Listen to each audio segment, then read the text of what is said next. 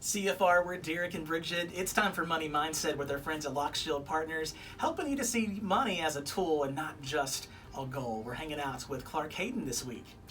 Clark, here's a question. We need a lot of times a long-term goal, but we are reacting to a money issue because it's a short issue right in front of us. How do we make that transition from reacting desperately to the long-term That's right. need? Yeah, we want to be proactive. Yeah. You know, we want to know what's important to us and examine that long-term vision and then back into a systematic plan that we can institute on a weekly or a monthly or even daily basis to help us get to that long-term point. And most of the time, shooting for a long-term goal involves some sort of saving or investing to get us to that long-term lump sum that we need to accomplish those goals. And so if we're talking about some practical applications for long-term wealth building, I think the first is we have to monitor our anxiety in the short term, just like you mentioned, Bridget. Ouch. Right now, this year, we're in the midst of a bear market.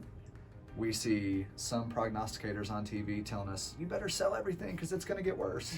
We have other prognosticators on TV telling us, you better put everything into the market because it's going to shoot high. You're buying on discount. So what do we do? What do we What believe? do we do? And that's where it's so important to know exactly what we're shooting for from the long term, to focus on having that eternal mindset and not getting wrapped up in the short term emotions that our society calls us to.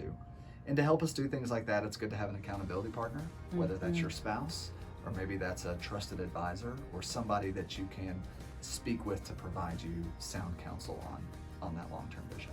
And Clark, how do you cultivate that person in your life for accountability in addition to your spouse?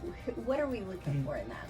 Well, first and foremost, I think it's somebody that you share a deep level of trust with that's based on some really shared convictions and beliefs. So a couple of weeks ago, we talked about how important it is to understand our personal convictions and what our beliefs are, because that's what drives those long-term behaviors. And so I think finding someone with those shared ideals makes a big difference.